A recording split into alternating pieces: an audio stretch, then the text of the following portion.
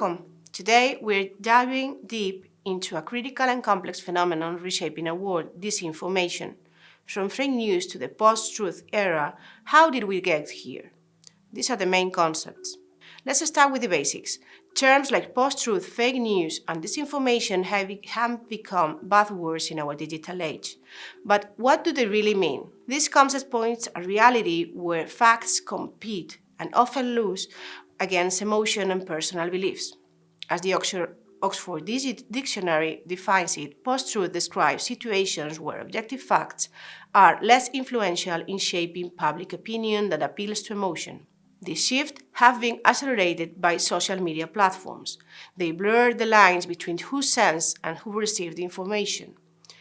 And as Bintul Han described, this is the outrage society, an environment that highly virality over dialogue and anger over reflection. In this context, three concepts emerge: misinformation, disinformation, and malinformation.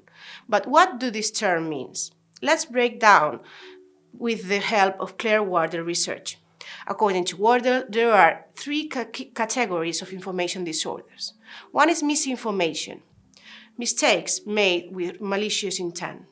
Think of incorrect dates and statistics shared. Second is disinformation, deliberately lies designed to deceive.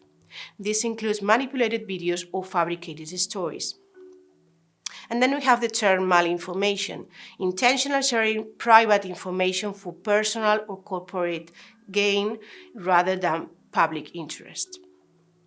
Their social consequences are big. Disinformation feeds polarization, undermines trust in democracy systems, and creates alternative narratives that resonate emotionally but stray far from objective facts. It's not just about the content. The mechanisms of social media, virality, speed, and algorithm-driven content play a massive role.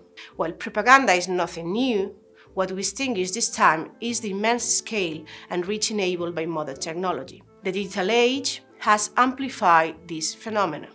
As a scholar like Caridad Sebastián and colleagues point out, this is not just a political or social issue, it's also deeply rooted in technological mechanisms and even philosophical debates around truth.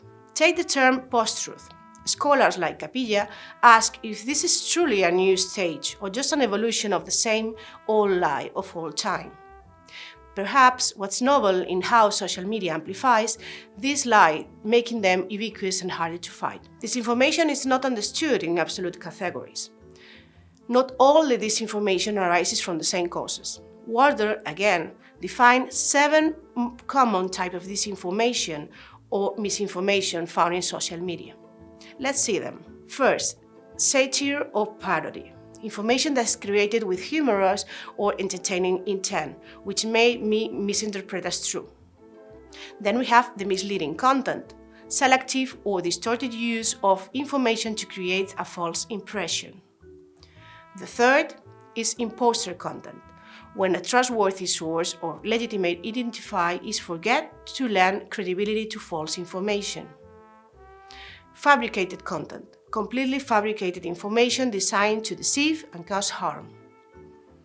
False connection. These are headlines, images, and captions that do not match with the content. False context. Genuine information presented in an incorrect context to distort its meaning. Manipulated content, the alteration of images, video, or audio to deceive or misrepresent the truth. The consequences are profound. Disinformation erodes trust in institutions, deepens social polarization, and threatens the very foundation of democracy. As Del Fresno Garcia points out, emotionally charged narratives trigger visceral reactions, diverting us from rational debate. This climate of distrust not only weakens our capacity to discern the truth, but also threatens the integrity of our democratic systems. In the next video, we analyze better the factors that influence in the spread of disinformation and mechanisms to prevent it.